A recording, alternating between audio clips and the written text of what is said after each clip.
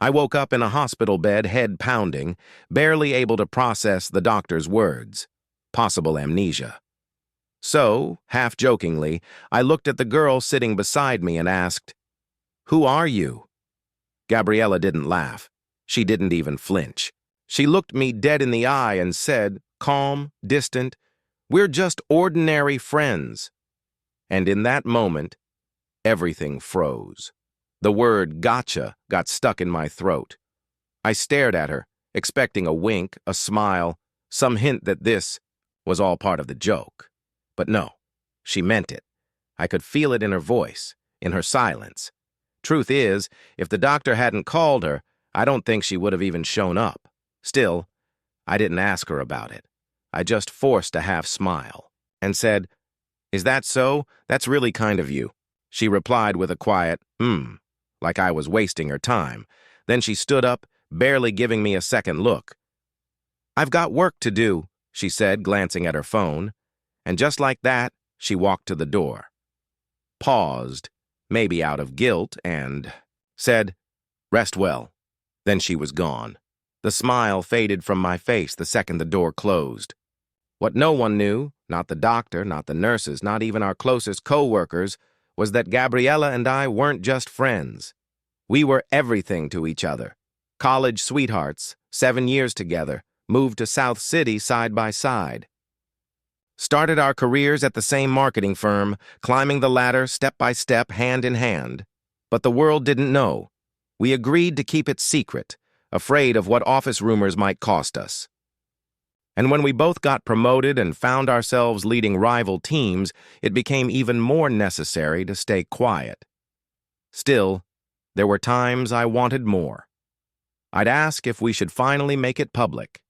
She'd brush me off. Not now. Not yet.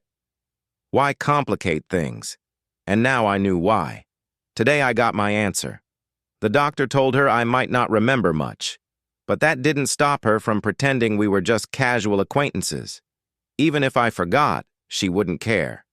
Even if I remembered, she wouldn't explain, because deep down, I think she'd already broken up with me. She just didn't say it out loud. After all, how could she chase Diego if I was still around? They say men don't notice the details. They're wrong. I'd known something was off long before I got hit by that car. We'd been together too long to not notice the shift. 7 years is enough to hear the silence between the words. It started small. A new intern joined her team, Diego. Tall, polished, ridiculously good-looking. But more than that, he was the boss's son, Pablo Lee, the man who owned the entire company, his own son, quietly working his way up through the ranks. Gabriela told me not to overthink it. "He's just a kid," she'd said. "We can't afford to offend him." I believed her. At least I wanted to, but then I noticed things, like how she suddenly started using that old music account again. The one we built together in college, sharing songs across semesters and cities. We'd logged nearly 9,000 hours of music. She had a playlist named after me once. Every track was a love letter. Now, that playlist was gone, wiped clean, and in its place, new tracks, K-pop, Diego's favorite. I didn't say a word, just logged out and kept it to myself. Because when you're being replaced, you feel it before anyone tells you. You just hope you're wrong. But the coincidences kept piling up. There was that business trip in February, her team working with a tough British client, mine in another city. I called her late at night. No answer. Texted. No reply. Then a few hours later, I saw her Instagram, a group photo smiling wide, standing next to Diego, his peace sign. Her caption, "Know yourself, know your enemy." Diego's post said, "Victory in every battle." Matching captions, matching status messages, inside jokes I wasn't part of. And when I checked her comment on his post, "Eat quickly, take care of your stomach." Meanwhile, I was alone, exhausted, stomach aching from skipping meals to meet deadlines. She hadn't even replied to my text. So I turned off my phone. That night, I chose silence again. Not because I didn't care, but because I was finally starting to see the truth. 3 days later, I was discharged from the hospital. Not a single message from Gabriela. Just a bouquet of cappuccino-colored flowers delivered quietly, without a note. Still, I clung to that tiny thread of hope and dialed her number from the hallway, the scent of antiseptic and roses oddly mixing in the air. It rang and rang. Finally, she picked up. "Gabriela," I said gently, "I'm being discharged. Today. Do you have time to pick me up?" Neither of us mentioned the words amnesia or just friends, like we'd silently agreed to pretend none of it ever happened.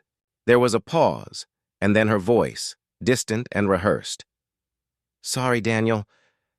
I'm really busy. I can't get away. Should I call a car for you?"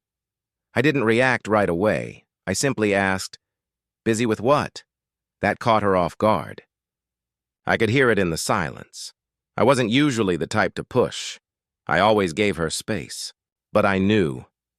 This was the quiet period between projects. She had time. But instead of an answer, I got more silence. I hung up. Love, when it's gone, never vanishes quietly. It leaves behind echoes. And right then, I could hear them all. Remembered the night I got food poisoning not long after we started working. I had passed out at 3 a.m., barely able to hit her number. When I came to, she was sitting by my bed, one red eye, one sneaker, one slipper, both left-footed. She was so scared she forgot to put on matching shoes. "You're still smiling," she scolded, trying not to cry. "You should have called 911 first. What if I hadn't picked up?" And I had whispered, "But you're the safest person." I know. There was a time she loved me like that. Now, sitting in that hallway with those same hands holding flowers I thought were from her. I realized I had lied to myself again, because those flowers weren't even from Gabriela. A stranger approached, well-dressed, apologetic. "Sorry," he said, pointing to the flowers in the trash. "I was the driver who hit you. I brought you here, covered the bills. These were meant as a discharge gift." I let out a soft laugh. Even the flowers pretending to mean something didn't. I looked at him and said, "Thank you." Then once again I realized, I am done pretending. Gabriela and I, we were already over. When I walked into our apartment, she was already there, curled up on the sofa like nothing had changed. The TV was playing one of those loud variety shows she never cared for. Her eyes weren't on the screen, though. They were on her phone. She was smiling, that soft, subtle smile I hadn't seen in months. I didn't say anything right away, just stood in the doorway watching her laugh with someone who wasn't me. Finally, I said her name, quietly. She jumped, a little, wiped the smile off her face like it was something shameful, locked her phone, placed it face down on the sofa. "You're discharged?" she asked, pretending to be surprised. I nodded, and for the first time in a long while, I smiled back. But it wasn't the smile she used to know. "Let's talk." The breakup? It was surprisingly civil. We were both composed, too composed. There were no raised voices, no tears, just resignation. I said the words, "Let's break up." She didn't ask why. She just looked relieved, and after a pause, she whispered, "I'm sorry." But I didn't take her apology. Not out of anger, but because there was nothing left to fix. We laid out the practical stuff like two colleagues splitting a project. Who takes what? Who moves out? When? When I suggested she move out soon, she looked up, brows slightly furrowed. "Daniel, you don't seem sad at all." Her voice carried more surprise than pain. She looked at me like I was a puzzle she'd never solved. And that's the irony, isn't it? Even when they stop loving, you Even when they're the one who wanted to leave, some part of them still wants you to break, to beg, to fight for them. It validates their worth. But I had already fought. I had fought silently. Every time she ignored my texts, but replied to Diego's posts. I had mourned when she deleted the playlist named after me and started listening to his music instead. I had let go. The moment she told me we were just friends, while I lay in a hospital bed pretending not to remember her. She thought I hadn't noticed her little games with Diego, the late-night messages, the inside jokes, the way she lit up around him. But I did. I saw it all. To me, Gabriela had become like a benign tumor, quiet, manageable, but slowly draining me from the inside. And I knew. If I didn't cut it out now, it would grow. It would rot everything good in me. So I let go. It hurt. Of course it did. But pain? Pain is temporary. Healing, though. That's where I was heading. Before she walked out of my life for good, I asked her one last question. Gabriela? Was it because Diego is Pablo's son, or just because he's him? She stopped at the door, turned to look at me. And for a split second, she looked just like the girl I met back in college. Beautiful, poised, full of quiet, grace. But that youthful innocence I once knew, it was long gone, replaced by something sharper, calculated. The girl who used to blush while confessing under the campus trees had grown into a woman who weighed everything, love included, on a scale of gain and loss. She paused, then answered softly, Daniel, people always want to reach higher. It made me smile, not out of bitterness, but because at least she had the guts to be 70% honest. I nodded slowly, gave her a smile that came from deep within. Then I hope you make it to the top, Gabriela. I really do. There was something unreadable in her eyes, a flicker of regret, maybe, but it was the kind of regret that could never compete with ambition, not hers. She exhaled and whispered, Daniel, don't hate me. I didn't answer. The thing about office breakups, you don't get to just block, delete, and move on. You still have to show up at work, smile, nod, breathe the same recycled air.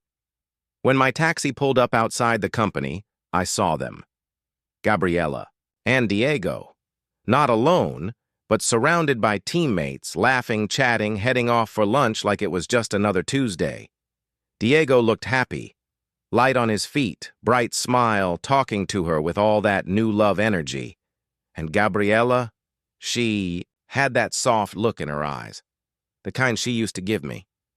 Gently guiding him through the crowd, hand on his arm, making sure he didn't bump into anyone. Familiar.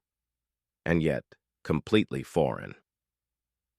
I stayed in the car, watched them walk into a Hong Kong-style tea house like they weren't carrying pieces of my past with them.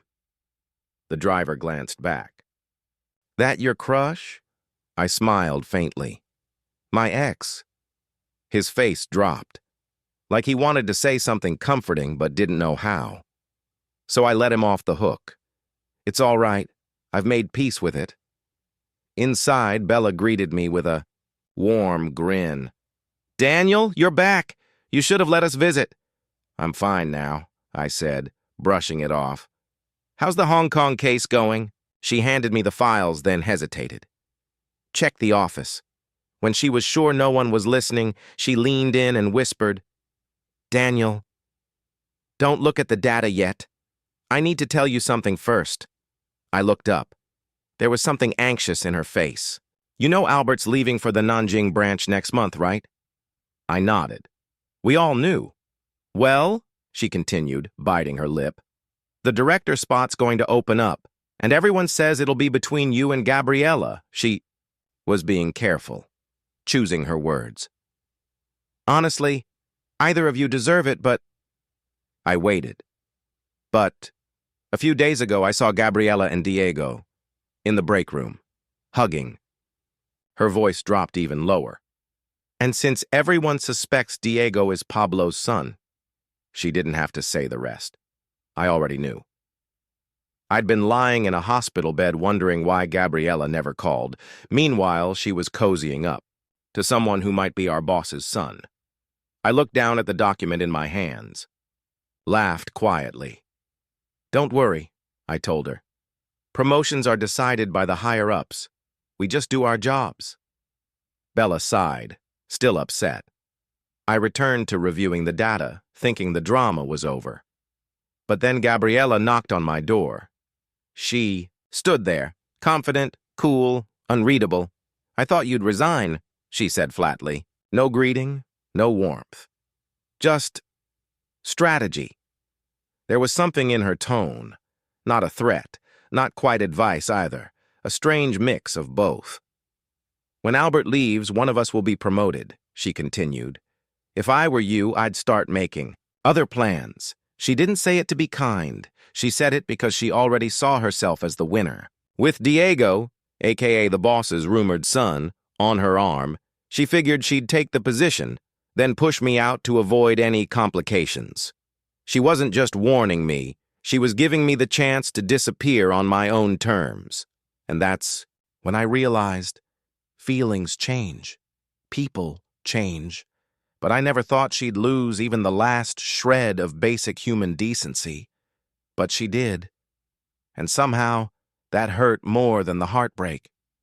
I looked at her like I didn't even recognize her anymore.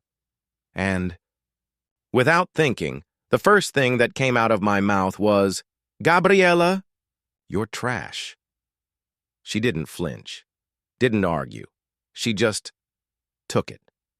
It was about a week after that when I finally came face to face with Diego. And by then, Gabriela, who once told me we had to keep our relationship secret because workplace romances weren't a good idea, was now out in the open, parading her new relationship like it was the company's next PR campaign. Social media, full of couple posts, colleagues, flooding them with congratulations, old friends from college. They were the ones messaging me, stunned and confused. But I didn't reply. What was the point? That afternoon was quiet. Most of the office had either gone to lunch or were napping at their desks. I was in the break room alone, grinding coffee beans. The room smelled warm, comforting, one of those small pleasures you savor when everything else feels fake. And then Diego walked in. I shifted slightly to let him pass, but he didn't move. He stopped, looked at me like he'd been rehearsing this moment. "I know you and Gabby used to be together," he said.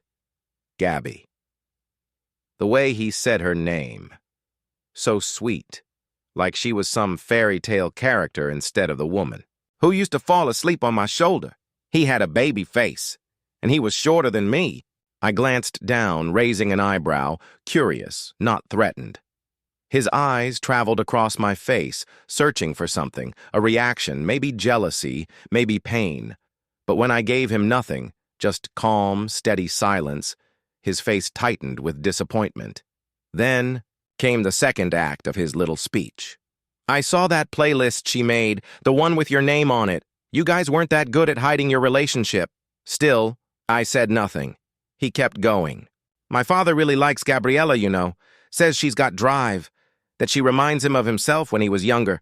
He wants to mentor her, and well, I like her too, and she likes me." Then he dropped the real reason he was there. "But Daniel, your presence is kinda getting in the way. I think it'd be better if you resigned." So that was it. Show off, threaten, pretend it was friendly advice. I held my cup of coffee, smiled, and looked him right in the eye. "Mr. Lee," I said calmly, "if you're here to fire me, that's HR's job. You know that, right?" He froze. The color drained from his face. I wasn't finished. "And just so you're clear, any manager-level position changes must be reported directly to the chairman himself. Only he can approve or remove me." Then I stepped past him. Just like that.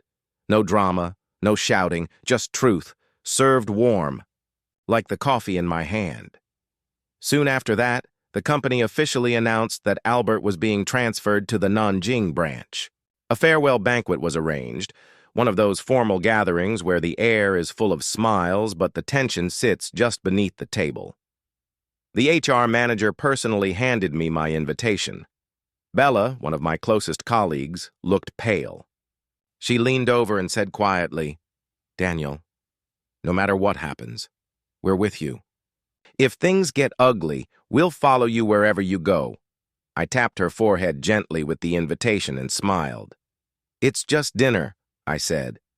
"Besides, haven't I always told you? Build bridges when you see water, pave roads when you hit a mountain. We'll be fine." That night I showed up to the banquet calm, collected. The private room was filled with the company's top brass, heads of marketing, finance, HR. At the head of the table sat Chairman Pablo. To his left, Diego. Next to him, Gabriela. No introductions were made, but no one needed them. The seating, alone, said everything. The rumors confirmed. People glanced at Diego, the intern who somehow made it to the chairman's left side, but everyone kept quiet. Business wasn't discussed. The whole event was a performance, a toast to Albert, a gentle goodbye. And yet, everyone knew something bigger was coming. Then, as the plates emptied and the drinks slowed, Chairman Pablo set down his chopsticks. His voice cut through the room like a quiet drumbeat. "As you all know," he began, "I have only one son." I set down my own chopsticks, glancing up just enough to catch Gabriela's profile. She looked serene, like she'd already won.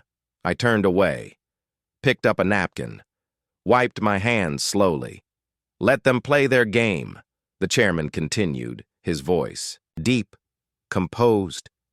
"When my son graduated, I placed him here. But he insisted that no one know who he was, identity, and wanted to work his way up from the bottom. Over the years, he's done well. I've heard many of you praise him in front of me, and I'm pleased. Now the time is right, and with Albert heading to Nanjing, I think it's time to introduce him to all of you." His gaze, filled with pride, quietly fell on me from across the table. He smiled, and with a hint of pride extended his hand toward me, saying, warmly, "Daniel, come over to your father. It's time for everyone to meet you." I calmly put down the towel and smiled. In the dead silence that followed, the only sound was Gabriela's water glass tipping over. I looked in her direction. Her expression was relatively calm. She smiled apologetically while wiping the table. With a napkin, her movements steady and not the least bit flustered. Then she looked up at me, her face slightly pale, her emotions unreadable. I withdrew my gaze without even a sidelong glance. I simply stood up and, under the shocked stares of everyone present, walked toward the head of the table. Placing my hand on the back of Diego's chair, I politely and softly said, "Mr. Lay, could you please move?" I heard someone in the room gasp audibly. Once the dinner had achieved its purpose, it quickly concluded. I could only imagine the storm this evening's events would cause within the company. What intrigued me more was Gabriela. She had once told me, "Daniel people always strive for higher ground." I wondered if now she was on her way to that higher ground. I didn't glance at her. I didn't even bother to give her a look. As she and a dazed Diego came over to bid farewell to my father before leaving, I heard her restrained voice, "Chairman Lee will be going now." I didn't say anything. My father's scrutinizing gaze fell on Gabriela's face, then shifted to Diego beside her. After a moment, he smiled warmly and said, all right. After everyone had left the room, his smile slowly faded. He looked at me and asked, "What's going on with you and Gabriela?" Yes, I had mentioned Gabriela to him just after graduation, but I never told him that Gabriela and I were dating. With his experience, he likely figured it out on his own. I smiled, meeting Pablo's scrutinizing gaze, and coldly replied, "You saw it yourself, didn't you? She was stolen by Diego. His mother is good at meddling in other people's relationships, so naturally her son takes after her." I paused, and then emphasizing, each word added Father. Chapter 8. The last time I called Pablo Dad was when I was 7 years old. Back then, he had just divorced my mom. At the gate of our villa, I clung to his sleeve, repeatedly asking, Dad. Dad, why did Mom divorce you? Say something. But he didn't answer. I didn't understand as a child, but as I grew older, I learned about the complexities of adult relationships. My dad and Diego's mom were childhood sweethearts. Diego's mom despised my dad for being poor and married someone else. Afterward, my dad married my mom. My mom supported him as they built everything from the ground up. Once they became successful, Diego's mom showed up with Diego after divorcing her husband. At that time, Pablo was young and prideful, and he held a grudge against his childhood sweetheart for choosing wealth over love. But the more he resented her, the harder it was for him to forget. My mom, on the other hand, never spoke much about the past between them. In front of me, she always maintained my dad's dignity. She was a graceful and dignified woman who divorced swiftly after being betrayed. However, after the divorce, Pablo didn't marry Diego's mom either. He just kept her around, mocking her for her poor judgment back then. Diego's original surname was Wang, but he changed it to Lee when he was 8, probably to curry favor with Pablo. He and his mother, who had taken over our home, were smug. They didn't know about me, but I knew about them. I found out when I was 8 years old. I had secretly returned to the villa without telling my mom, and saw Pablo celebrating Diego's birthday. He was holding 10-year-old Diego in his arms, with Diego's mother standing beside him. All three of them were smiling as if they were a real family. After that, I never called Pablo Dad again, and we rarely saw each other. Gabriela only knew that my parents were divorced and that I had taken my mother's surname, changing my name to Daniel Moo. Later, when I graduated, Pablo offered me a job at his company. His exact words were, "All these years I haven't had any other children, only you. Doesn't your mom understand that? You're my biological son. The business your mother and I built, who else would I give it to if not you? That aunt of yours has always wanted her son to come to the company to learn, but I've blocked it every time. Danielle, your father knows what he's doing. My mom was a proud and noble woman. When she divorced Pablo, she only took what was rightfully hers and nothing more. I'm not like her. Why should I give up what's mine? The more it displeases others, the more it pleases me." So after graduation, I joined the company with Gabriela, starting from the bottom of the core business department and working my way up. Pablo knew about Gabriela, paid attention to her, and praised her as young and promising, saying her future was limitless, only because I had mentioned her to him before. My family's relationships were complicated. I had originally planned to explain everything to Gabriela when the day came for Pablo to make it public, but she gave me a surprise instead. Pablo looked at me, and for the first time, I saw a weary, tired expression on his face.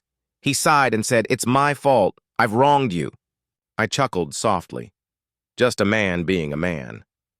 I still remember what Diego said to me in the break room that day, trying to throw his weight around. He told me Pablo saw a lot of himself in Gabriela. Same ambition, same fire. Maybe he was right. They are alike, both ruthless, both the type to burn the bridge behind them without blinking, and maybe both a little blind when it comes to judgment.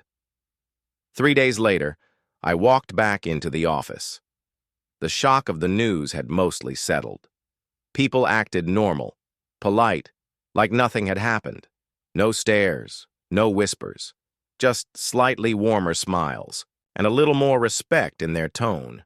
These were seasoned pros. They knew how to keep the peace. I appreciated that. Only Bella gave me grief, said she'd spent days worrying, and here I was, playing dumb the whole time. I had to bribe her with a seafood dinner just to stop the scolding. She cracked a lobster claw with dramatic flair and gave me that look. "So you're the real young master. Then who the hell is Diego?" I didn't hold back. Told her everything. She was stunned. Oh my God. People like that actually exist? Faking being the boss's son. Gross. She leaned in, eyes sharp. Daniel, people have been talking. Can I tell them? I swear that guy's smug face makes me sick. I smiled, peeled her some lobster meat. Go ahead. Let 'em talk. I knew Bella had reach. By the end of the day, everyone in the company knew the truth about Diego. Later that week, I passed by the finance department and spotted Diego arguing at Sister Bai's desk. She was frowning, pointing at his reimbursement form. A designer bag? Really? You're trying to bill that to the company? No chance. You better check the rest of this too. Diego's face twisted. He snatched the paper, threw me a dirty look like I'd set her up. I hadn't. Didn't need to. After Pablo acknowledged me, I'd started rotating through departments, learning the company inside and out. Gabriela never got the promotion to director, and Albert was still running things from Nanjing. With my old position open, we brought in a manager from another firm. Bella wasn't quite ready yet. I started getting congratulatory texts, some from people I barely knew, except Gabriela and Diego. They kept their distance, maybe out of guilt, maybe fear. But honestly, I didn't have the time or interest to care. Our roads had forked long ago. They just didn't realize it. But Diego wasn't done. He cornered me again in the break room. Same space, same coffee. But this time, the arrogance was gone, replaced by bitterness. You're a hypocrite, he hissed behind me. I didn't even turn around, so he kept going.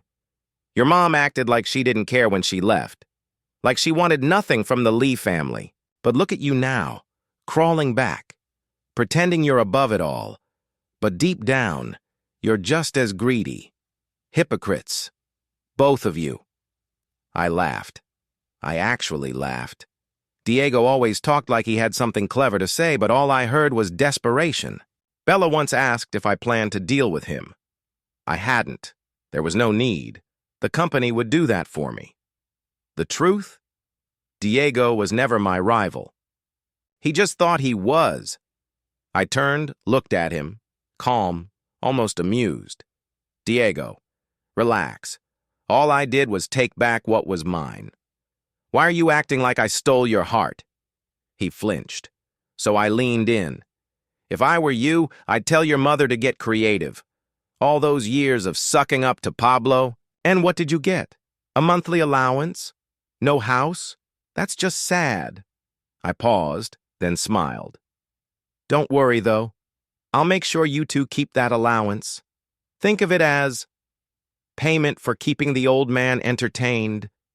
His face turned. Colors. Green, then red, then paper white. But then he smirked, like he thought he'd found a weapon. Fine, you win the company. But Gabriela, she's still mine.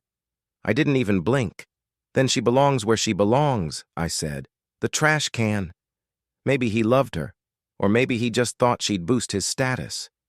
After all, Gabriela was young, ambitious, favored by Pablo.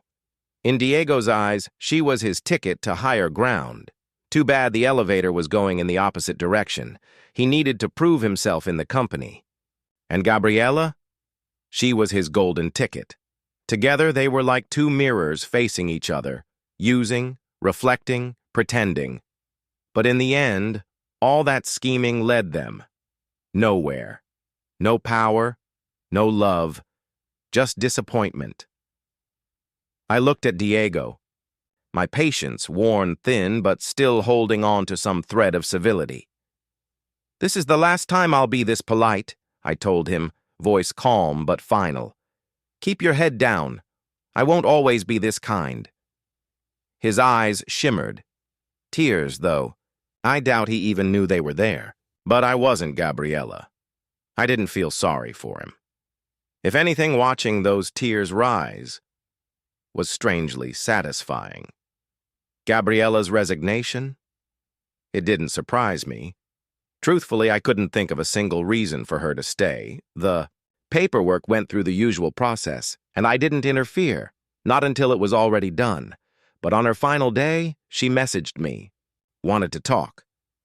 It wasn't the first time. The night Pablo announced to the world who I really was, she'd also called, said she was waiting outside my apartment. But I wasn't there. Pablo had asked me to stay at the main house that week to go over the company's affairs. I didn't answer her call, didn't go back. She didn't try again. Not until now. Maybe this really was goodbye.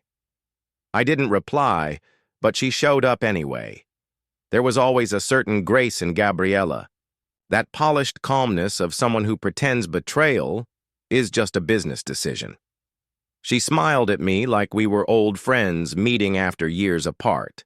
No grudge, no guilt, just composure. She stood at the door and asked, "Shall we talk?" I didn't answer, but she walked in, handed me a cup of coffee. We stood together at the floor-to-ceiling windows. The city glowed outside, skyscrapers lit up like constellations. It felt like we were floating in space, two ghosts staring out into the Milky Way. She sighed beside me. "Do you remember our first year here? 5 years ago. Two fresh grads, wide-eyed, standing in a high-rise just like this one, dreaming of making it big. She started with the dullest tasks, but soon she closed a $1 million deal on her own. I remember her that night, flushed from wine, hand in mine, saying, 'Daniel, let's build a life in this city.' That deal, her boss took the credit. She got 500 win as a thank you.